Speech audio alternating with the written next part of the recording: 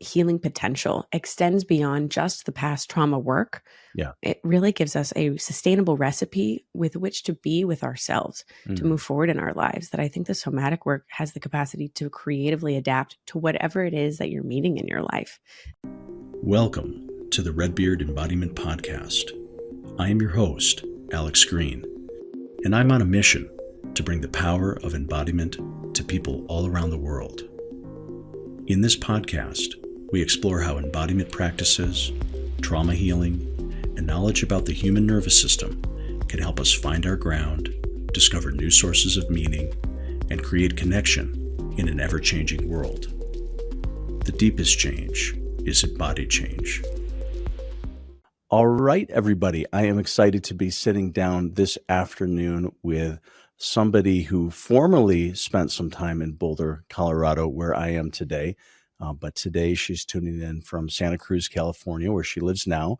My guest today is Stephanie Scarminach, and Stephanie is known through her website and her work and her online presence as Stephanie Somatics, is and offers one-on-one and group and coursework in somatic healing. And Stephanie, her time here in Boulder was when she was doing a master's degree in was it clinical psych, or which program was it? Yeah, in somatic psychology. In somatic psychology here at Naropa University in Boulder, one of the very few somatic psychology programs in the country. So that this is definitely the place for that. But in any case, happy to be joined by Stephanie today. We're just going to talk about somatic healing in general, what's included within that. We're going to talk a little bit about how somatics is sort of having a moment in the overall zeitgeist these days. So, it's a word that many people are hearing a lot about. So we want to talk about the origins and kind of how Stephanie holds that term somatics, and for myself as well for Redbeard somatic therapy. So Stephanie, excited just to hear your story and hear about your work, and thanks so much for taking time with us today.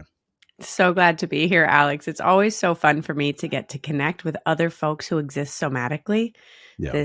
This topic and this field is truly water that I feel so grateful to get to swim in, and so to run into other fish in this water is always a delight. That's true. Yeah, it makes sense that we'd get to know the other somatic fish in the sea.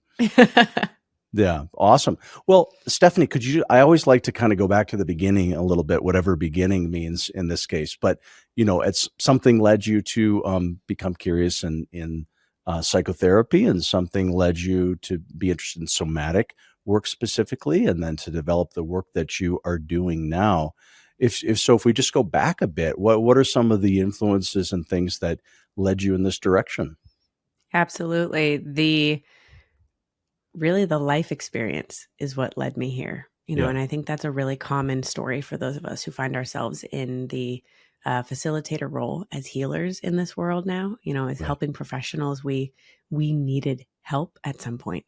And I was really significantly impacted by a somatic facilitator that I had the chance to work with in my early 20s. And I'm very grateful that I crossed her path at the time that I did. I really recognize the fortuitousness of that. Gosh, I work with folks who are, in their 50s, 60s, 70s, and just now realizing, oh gosh, my body is a part of this conversation, and I didn't even know. So I'm very lucky in that way to have found out earlier on in my healing journey, but that I had been going to different therapists and different coaches really since I was 12. I was a bit of, what we could call a problem child, had a lot of different acting out behaviors and challenges at school and things like that. And really my parents were trying to figure out what is going on with our kid. And it really took until a somatic therapist said, oh, I think your daughter's dissociated. I don't think she's in her body at all. I had received a lot of CBT and DBT and could talk a good talk, but could not walk the walk. And that was Yeah. really what made the biggest change for me, was having somebody, in the beginning really hold my hand and show me what it was like to feel your feet and take those steps intentionally. Yeah. So pause for a minute, just because I sometimes like to define terms as we go. And so, Yeah. sort of the insight from this therapist was that, hey, I think Stephanie is dissociated. Yeah. Describe that a little bit. It's a term we hear a lot. So just what do you mean in this case? Absolutely. Well, I think it's really important to define it as well, because I think there's a lot of buzzwords that we're hearing in the mental health space and the more pop psychology use of the term too. So the Yeah. way that my facilitator had used it in regards to my own presentation was that I wasn't energetically in my body, and that one of the indicators that really identified that was a sense of numbness. Somebody, for example, I think something that I had physically done was I had bumped into a doorway on my way in and hadn't responded to that. But normally someone would say, ouch, or, oh, there would be some sort of reaction from that Acknowledgement. engagement Yeah. with the body. But I wasn't in there enough to have a response or reaction in that way. And so we can see it as physical cues not coming in as loudly, but we can also see it more in the sort of auditory way. Something sounds far away, or people need to repeat themselves a few times. You're actually having a hard time using the senses that your body has. I mentioned this analogy of feeling your feet to take a step. We have to use an internal muscle to do that. And we have to be embodied to use that muscle. And so when we are in this dissociated place, we've literally distanced ourselves from all of the sensory cues and muscles and capacities that we have within our own body. Yeah. Okay. Great. So keep going a little bit. So luckily you had this, Luckily, she gosh, had this insight. a lifesaver. Right. Yeah, really, really a lifesaver. And from there, I started studying a style of group work called family constellations, which really piqued my interest because of the sort of psycho-spiritual, magical quality of it. Really found my own capacity in that kind of container. I had worked with people in different capacities, just in different jobs over time, and knew I was a people person, but and that I was empathetic and empathic in these ways. But sitting in a container like family constellation really requires you to just go with the feeling and follow whatever sort of comes up. And I was really really grateful to find that experience, because it honed in on that sort of sixth sense skill that I think allows us to tune into people, not only with our mirror neurons that all humans naturally have.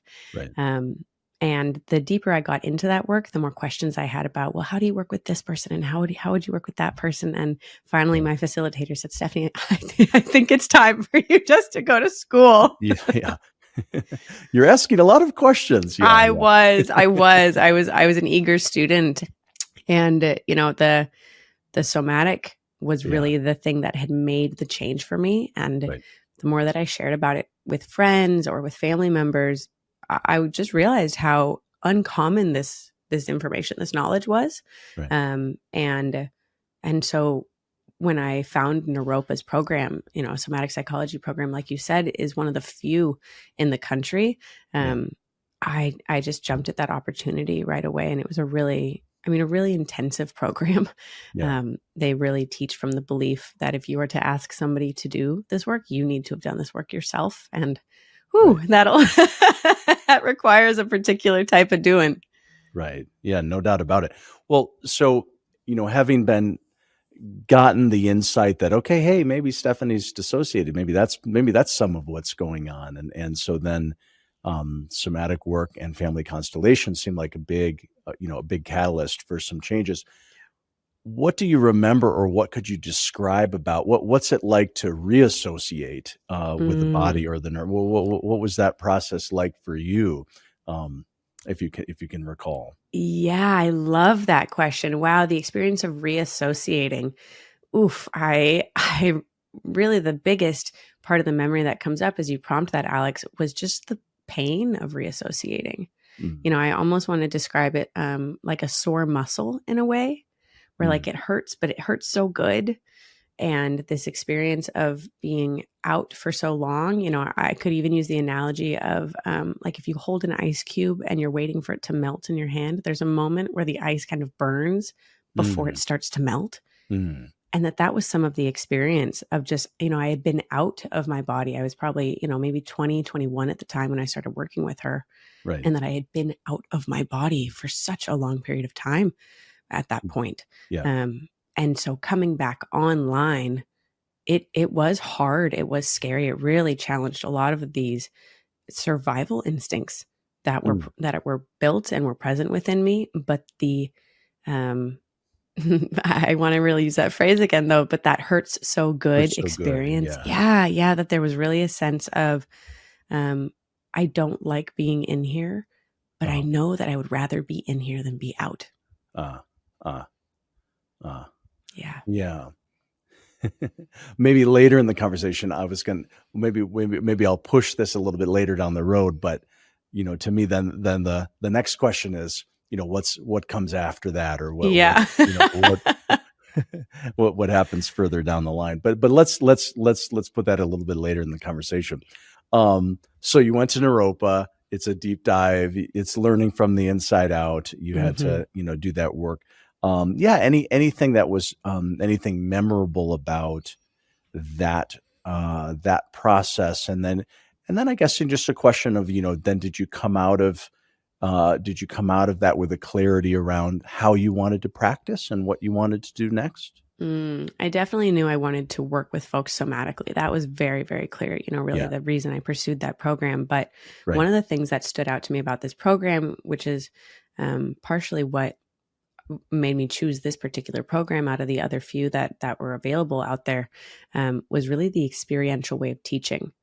And this idea, that I mentioned of asking the students to go through the experience before we ask others to go through it themselves was really prominent. And that means that we experimented with all the different ways that you could use the body to get curious. And that might mean sitting quietly in contemplation and meditation, but that also meant using your body to take up space in a room. When we talk about having awareness in our body, tracking a sensation, having an embodied experience, if we were to show you what that experience was like, I can tell you, oh, I felt sad or dissociated, but could you show me what sad and dissociated looks like without words? Really put that on, almost charades in a way. That presentation of using the body in a variety of capacities, to really get creative and start to work from the bottom up, right? From the body first and then the brain second.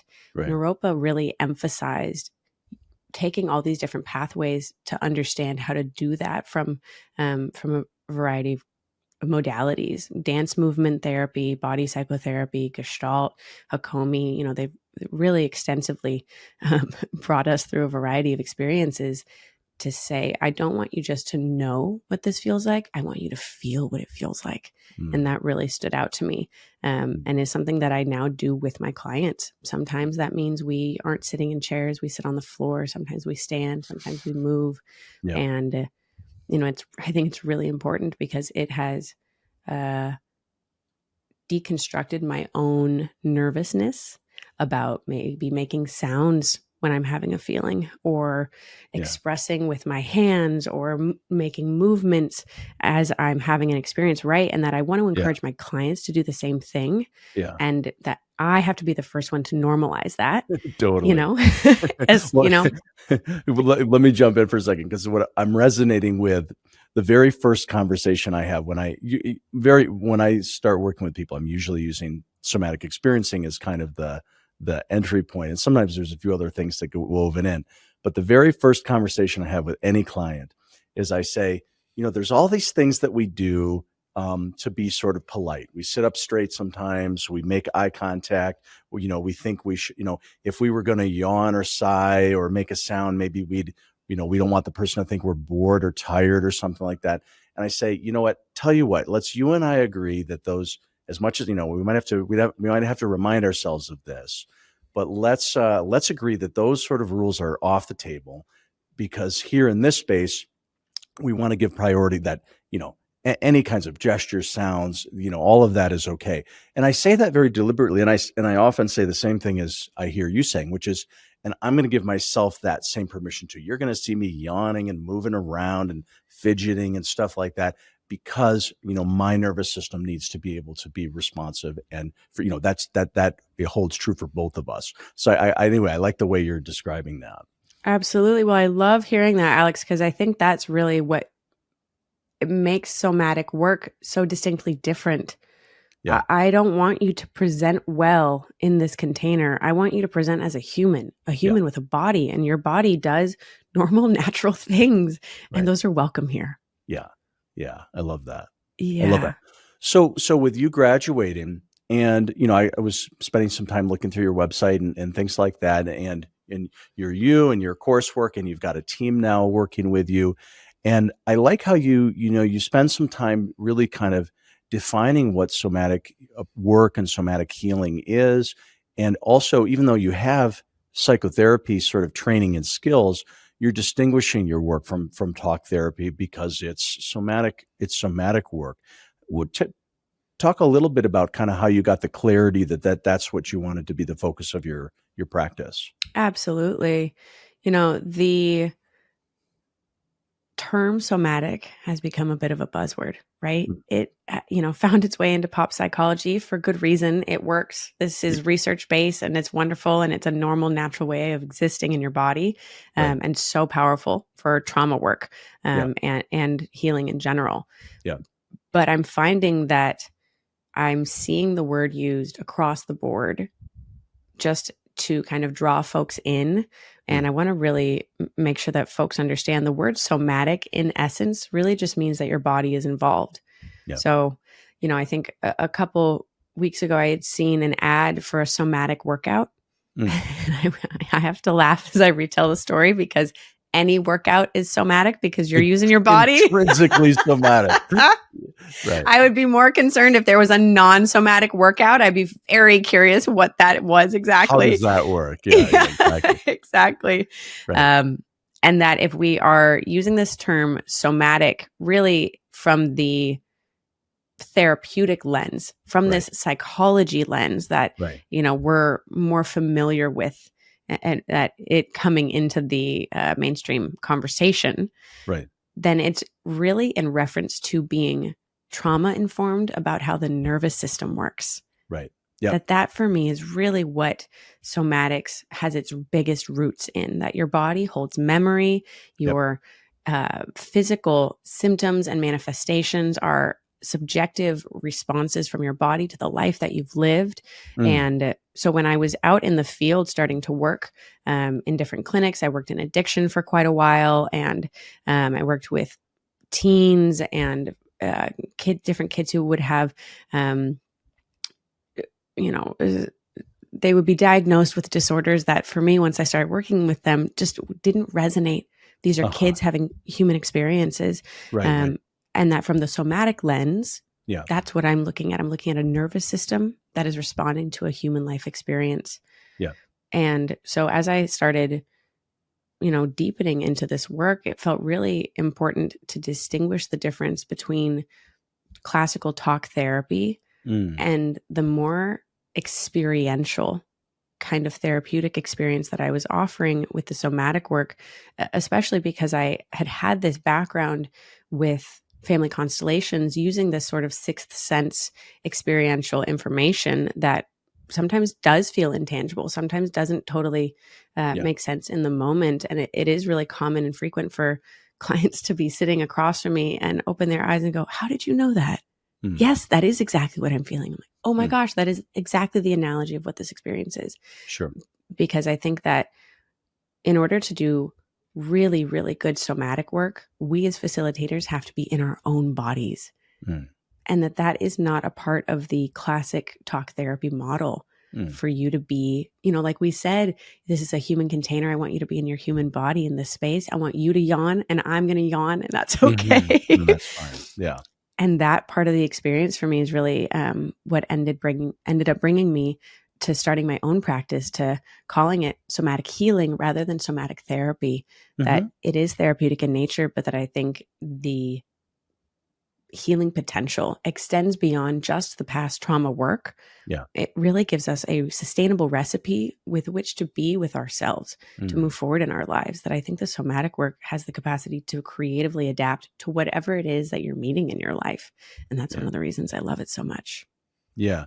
Well, it sounds like you maybe also I'm curious if you resonate with this idea that, in clinical work, psychotherapy, you're very likely to be working from a diagnostic framework, and there's at least a history of thinking in terms of particular diagnoses or pathologies, and something that I appreciate about certain models, somatic work. One of my big things is internal family systems work, which is pretty non-pathologizing. And it sounds, and I wonder if that's something you resonate with as well, rather than putting a label or you fit into this particular box and let's fix that. That, as you said earlier, oh, you're a nervous system having a human experience. Okay, let's see, what's possible from there. But does that distinction kind of play into Absolutely. your work as well? I'm glad you caught that. Really, I felt that way generally coming into the somatic field, coming into the mental health field. I'd had my own experiences of being misdiagnosed in my teen years. And so when I started working with teenagers, that was one of the reasons I went to work with them, was because I had had the experience of being misdiagnosed as a human, having a human experience to the environment I was in. And especially seeing teenagers be diagnosed with really, some big terms: bipolar, borderline, oppositional defiant disorder. It's a really big thing to lay on a kid. And that oftentimes it's really more of a normal human response to the environment that they're in. And I find folks, it's kind of like a unique case each time. I do know people who have really resonated with finding a diagnosis and having clarity and support from that. Right.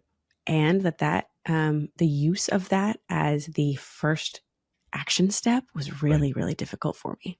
Yeah. Well said. Tell us a little bit. I have two questions at once, so I have to pick one. Of those two. This is a problem I frequently have. I can frequently think of three things at the same time. No, what I'm curious about is, I guess just sort of who do you serve? Maybe very broadly. Maybe there's some specific areas of focus. I know you also have some team members, and they may have some. But maybe just talk a little bit about the populations that you yourself do a lot of work with, both through your educational side of your work, but also your one-on-one therapeutic work. Who is this for? Who do you work with? Yeah, gosh, my heart wants to say this work is for people with a body, but realistically, to narrow it in on the folks that I work with best. Right. I really, really just absolutely deeply enjoy and have so much fun working with folks who are really, really cognitive, who are the active overthinkers that can come in and recite the 10 self-help books that they just read. And gosh, they've thought a lot about their diagnosis, and here's all the reasons why. And they've got so much beautiful brain power that really the shift that they're needing, the help that they're needing, is to come around this corner to be in their body, is to drop down here. And some of that is because I resonate with that myself as a big thinker. But I find that those are also the folks who have been to therapy. They've done the CBT, the DBT. They've tried the play therapy. They've tried, IFS. They've got so much languaging that sometimes it actually does them a disservice, because we don't need to think harder about what's happening. I actually need you to think less and feel more. Exactly.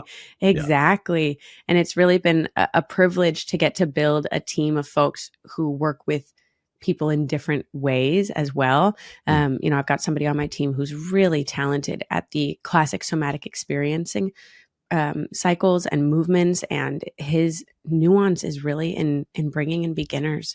They're just having awareness that something might be happening, something might be wrong, and they're just discovering that. I work with a woman who's really, really talented at just holding the space for the complex trauma, for the complexity of different cultural backgrounds, different identities. And that's really her bread and butter. And it's so beautiful that our overlap is people with a body, but that our specialty gets to be all these different flavors, which is so wonderful. You know, and not to mention getting to be on social media. Some of my presence there is just sharing this information exists. You have a body. Have you ever wondered, does my body have something to say? And just doing the psychoeducation about this information, you know, is something that obviously I can't get enough of. Yeah. You can't stop yourself. Well, that was my second thing in my two questions. And once was about psychoeducation. And, you know, that's clearly a big emphasis in your, in what you're putting out through social media and your courses. And I assume it's also a major piece of your therapeutic work as well, because in our earlier conversation, you know, that we were resonating with it, so much of the empowerment that can happen through somatic work comes even just through learning some of these basic principles. I sometimes use the analogy of, you know, it's like it's actually a really bad analogy. I need to think of a better analogy.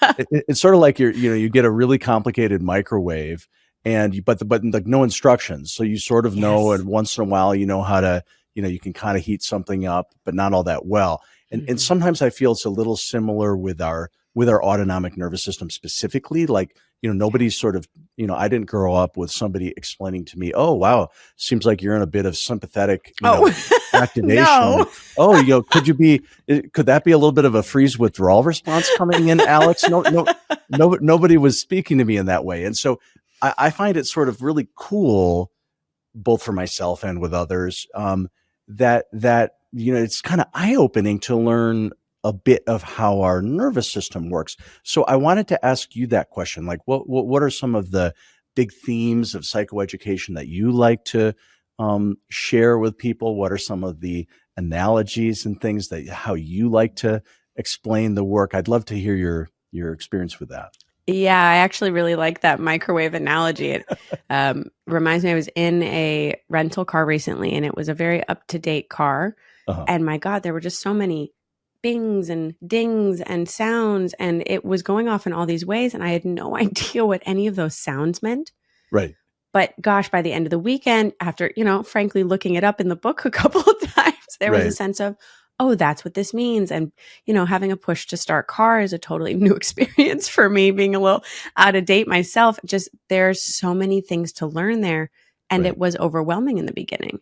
And I think that's really how it feels for most folks when they originally come into this, not just the somatic world, but the healing world in general. There's so much information out there that it can really just be a bit of a landslide initially. But that once we learn to take, you know, our little one bite at a time approaches, having the education and the understanding of what's happening really does help us feel much calmer, and like we have a sense of control, a sense of participation in what's going on. I think that one of the most core human fears is the unknown. And that when we get into the somatic world, a lot of it can feel unknown because I can't see it. When we say I have butterflies in my stomach, if I don't know what those butterflies mean or why they're there, that unknown piece makes those butterflies scary and a threat. But if I can understand, oh, these butterflies are an indicator of my sympathetic nervous system being online, there's just some kind of activation here. Activation is normal when there's an environment that has something engaging in it. Right. And having that understanding is really where I see the brain buying in to the somatic information. Right. And then even though this is a bottom up process, and that we ideally want to work from the bottom up, sometimes it does need the top to agree. You need some buy-in. Exactly. Well, we need that buy-in. I always joke that, I mean, getting a little bit of left brain buy-in can even be set. You can even that itself can create safety or create settling.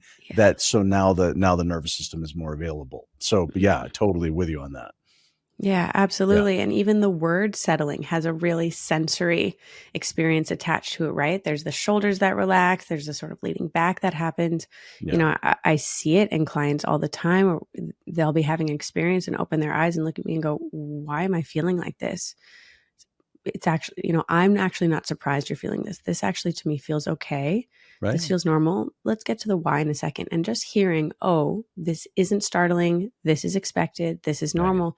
Really Yeah. settles that left brain that's going, okay, we got to understand it in order Yeah. to be safe. Yeah. Yeah. Yeah. Yeah. Yeah. I love that. You, when we spoke earlier, there was some analogy that I thought that there was such a nice one. It was sort of a surfing analogy or something like Mm-hmm. that. I forget if it was about the nervous system or about the healing process, but can All you, of it. yeah, All what, of it. give us a water analogy. It's always good to I get a would water. love to. Gosh, I'm clearly a California girl through and through. The surfing analogy is close and dear to my heart. Right. For you regular listeners to the podcast, you know that about half of these episodes focus on TRE, tension and trauma releasing exercises. And I wanted to make sure that you know about the Redbeard TRE certification program, our educational platform to certify others. And we have both an online version of that I teach, as well as an in-person version of the training that my colleague Ellen McKenzie teaches in Madison, Wisconsin. My next online certification training is beginning August 3rd and 4th, 2024. That's the first of 3 modules. And the way the certification program works is it's about a 10 to 12 month program divided into 3 phases of learning, each with a weekend connected to it, and then some one-on-one work with me and people on my team to support your learning journey. TRE has been a life-changing modality for myself. It's open to people with any background. I wanted to make sure you know about the program. You can find more information at redbeardtre.com. I really do see this work like living in the ocean, living on the sea. And that when we first come to this work, what often brings us here is the experience of I'm drowning. I'm out in the water and I can't save myself.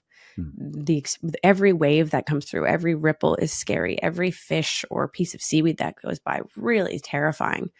And that as we do the healing work, we start to build ourselves a little raft. And we can get on that raft and suddenly the fish underneath us aren't quite so scary because we're not in the water all the time. But geez, when a wave comes, it still really rocks our little raft. And so we get to work, we build a bigger ship, we get a little boat, and that little boat becomes a sailboat. That sailboat becomes a big vessel. And we keep going, we keep adding to not only our education and understanding of what's happening, but our capacity, right? That if we're building a bigger boat, you're becoming a more skilled sailor. Sure. And that as we sail on those seas of our emotions, our life experiences, we get more familiar with them. Oh, I see a wave coming. I know what to do. I know the experience of the wave lifting and then dropping me off the other side. Right. That the familiarity with that experience is also what gives us the greater capacity. Sure. Until finally one day we find ourselves aboard a great big, cruise vessel. Right. And it's not that the waves are necessarily different. Right? The waves are still there. The ripples are still there. But once you're on a boat that size, you don't even feel some of those waves. Right? And that is the difference and what we are pursuing in this work. There will be waves. There will be weather. You live in this world. And gosh, if I could control it and make it safer and more consistent and just more, more reliable, I would. But unfortunately, we can't control those things. What I can control is my skills as a sailor. And how much time I spend building my boat.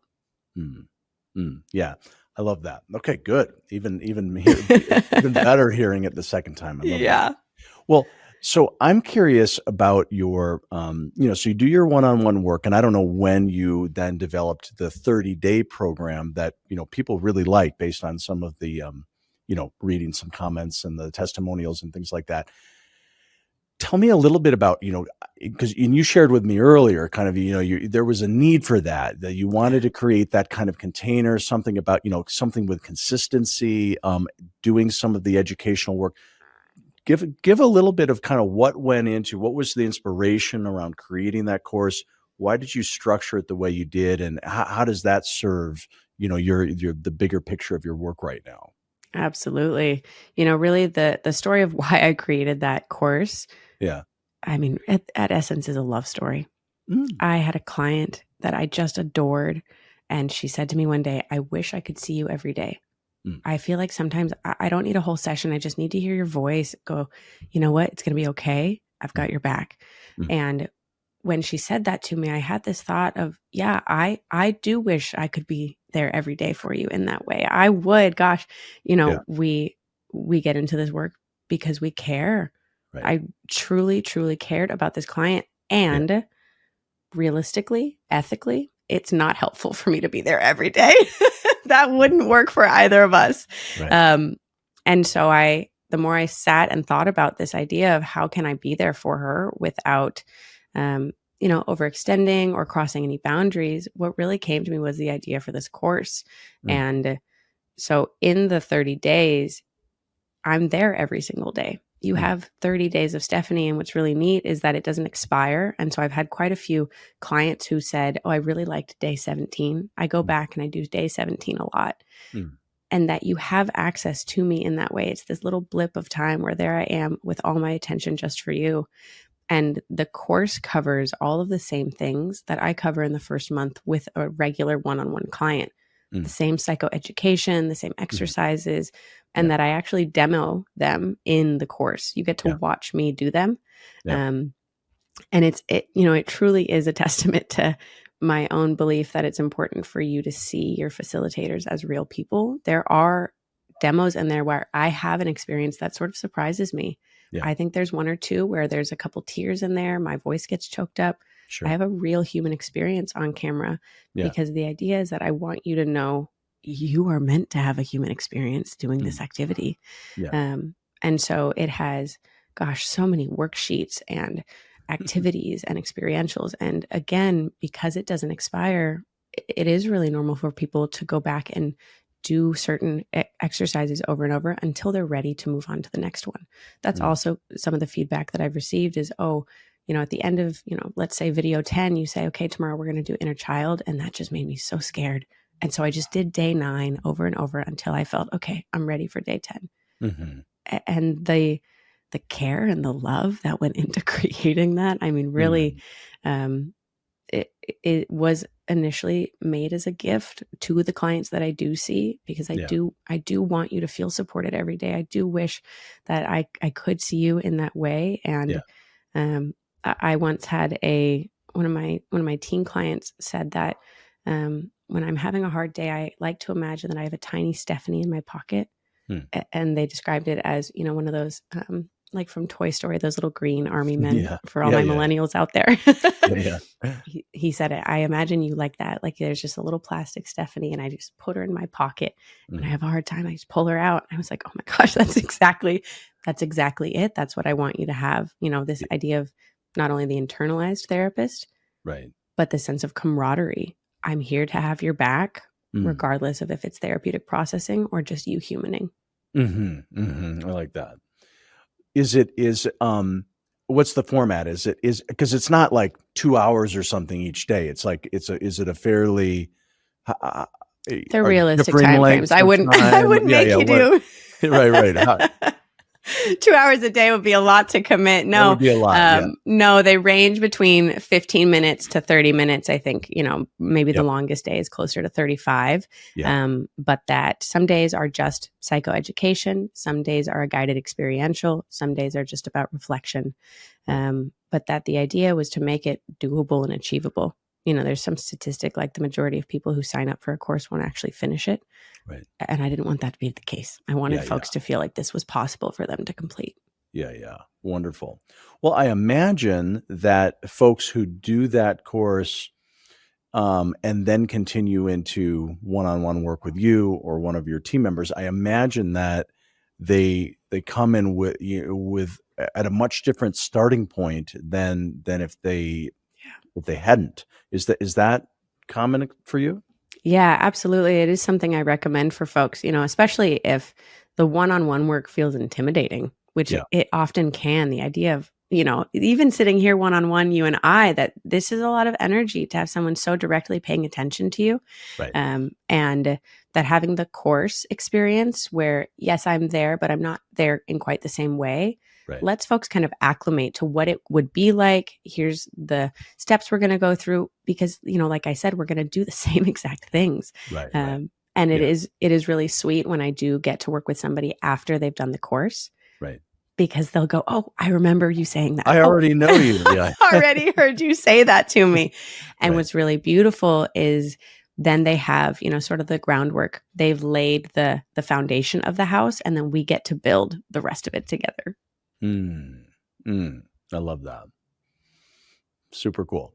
Well, circling back to an earlier theme, we had talked, you shared about your early days and then why somatic work was so pivotal for you. And I asked you about reassociating and you shared eloquently the hurt so goodness of that. And I remember from our previous conversation where, I asked, what was alive for you these days, or what are some things you're thinking about? And one thing that you shared is that at this stage of your career, you just recognize how much has changed for you, even from those early days of what brought you to therapy, what brought you into the original, your education in somatic work. Describe that a little bit. What's changed for you? I think you said something like, that your relationship to the wounded healer archetype is something shifting around that. Could you speak to that? Yeah, I think that, I want to just maybe start from there, that the relationship to the wounded healer archetype is changing. Yeah. That I have now been soaking in this healing work so thoroughly for, really 10 years at this point. And that the more I dedicate myself to this practice, the more I watch the ripple effect in my life. And that means that my reactivity is lowered. When something is wrong, I'm able to take feedback more successfully. When I don't know what's going on, I feel more comfortable asking for help. I really do see in myself the changes that we all hope for when embarking on this healing journey. And I'm finding that in some ways, what has come up for me is the fear that I won't be able to really connect and be with folks when they are in those places of deep fear. Acute fear. And that some of that was part of my skill set coming into this field was I remember so tangibly. Relate. Yes, I can relate.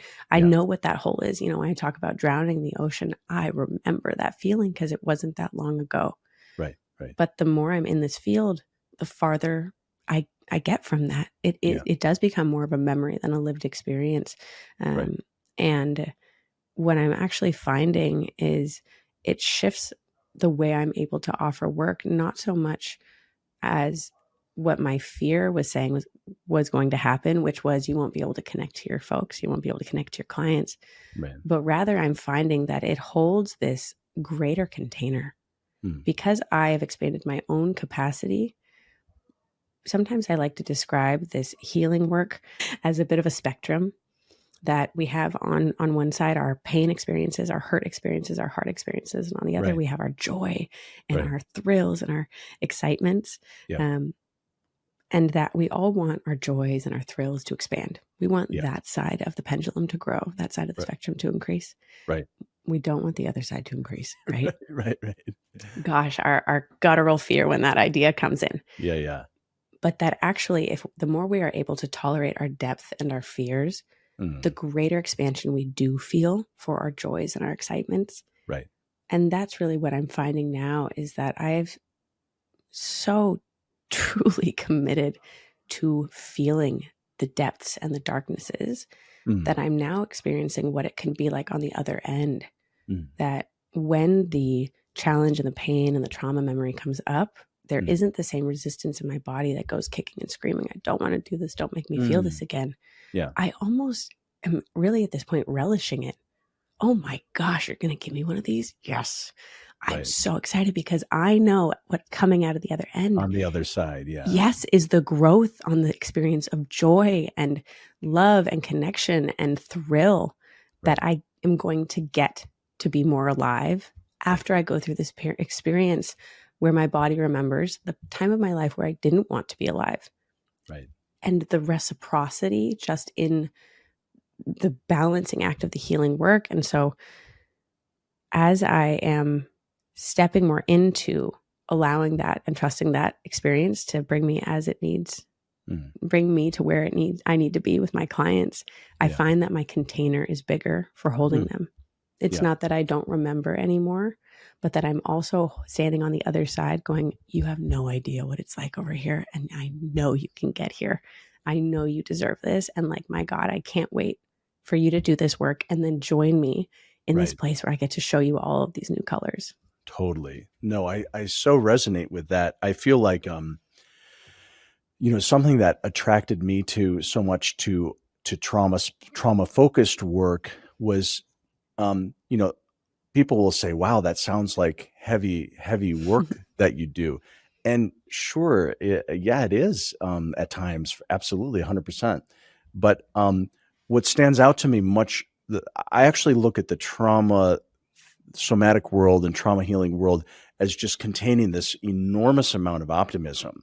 And so that's kind of that's like my biggest feeling with it, is that, if I rewind 20 years and I look at, sort of facing my own suffering, or sometimes even worse, confronting the suffering of someone else, before I had a perspective that I have now, and that you're sharing here with the somatic work, is, to me, there's this feeling of helplessness or powerlessness. It's just like, wow, that sucks, for me, or that sucks for people. Yeah. And no doubt about it, the world is full of suffering. Let's be real, Right. Objectively and subjectively, and in all ways.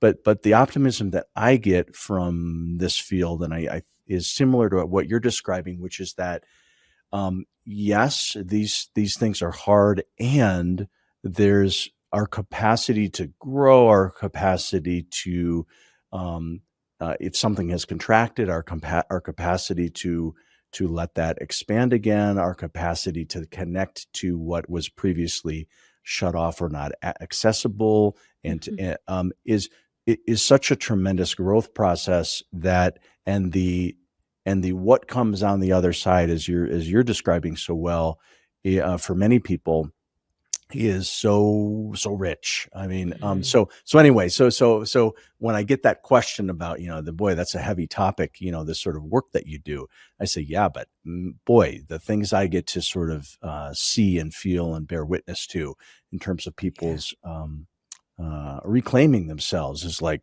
the best. So I hear that a little bit in the way you're describing it. Yeah. I really believe that one of the most precious things that we get to give or receive in this lifetime is authentic human connection. Yeah. True connection with one another. And I think that is what I experience in doing trauma work with folks. Yeah. The chance to connect with them wherever they are, whether that be at the bottom of the sea, or riding the waves, or not even in the ocean at all. I mean, wherever they are, the chance to truly be and connect with them where they are is, I think one of the greatest gifts that I will get in this lifetime. Wonderful. Well, what's coming up for you? Is there anything on the horizon? Is there any thing you're excited about? What are you looking forward to? Yeah, I'm in the process of hosting a masterclass in a couple of weeks. Yep. That is really a hands-on experiential course. Course isn't quite the right word, because it's one day. It'll just be a couple hours, but in the experience of why somatics works. And I'll be taking folks through not only the information about why this works, but then the experience. So folks will be bringing a theme or an experience or an instance that they'd like to work with. And then we're going to actively work on it all together so that they can see, hear the steps that we actually follow in a somatic session. And then really be able to come out of that experience with new insight, new understanding, and and really finding the root of why was I responding in the way that I was, which I think is really what makes so much of us kind of spin in circles on this work, is we go, why is this happening? Why do I keep doing this? But that our body has the answer. There's always something underneath about what your body thinks is going on. And so the masterclass will really be focusing on teaching folks how to find that. Very cool. You said in a couple of weeks. Is that, are you still taking registration? Is that something we can put in the show notes here? Absolutely. Yeah. I will be. Haven't launched tickets yet, so that works out great. We'll be happy to extend that your way. And for listeners, if that are curious about it, that it'll be on, I want to say May 5th, on a Saturday morning. Nice. So online, or is it local to where you are? It'll be online, but it'll be a live course. So really, so much of the facilitation is hands-on. And so I really want folks to be live and present. There won't be a recording of it, unfortunately, but it will be a live class, which is always so much fun. Yeah. Oh, wonderful. Very cool. Well, Stephanie, this has been a real pleasure hearing the sort of your journey and how you how you language things and what you emphasize. I feel like I've learned some things and also met a kindred spirit in the somatic world. Absolutely. Thank you so much for having me, Alex. It really, like I said, always a treat to meet a fellow fish. Absolutely. Very cool. Thank you. Yes, thank you. Thanks for listening to today's episode of the Redbeard Embodiment Podcast. To learn more, visit us at redbeardsomatictherapy.com or send me an email at alex@redbeardsomatictherapy.com.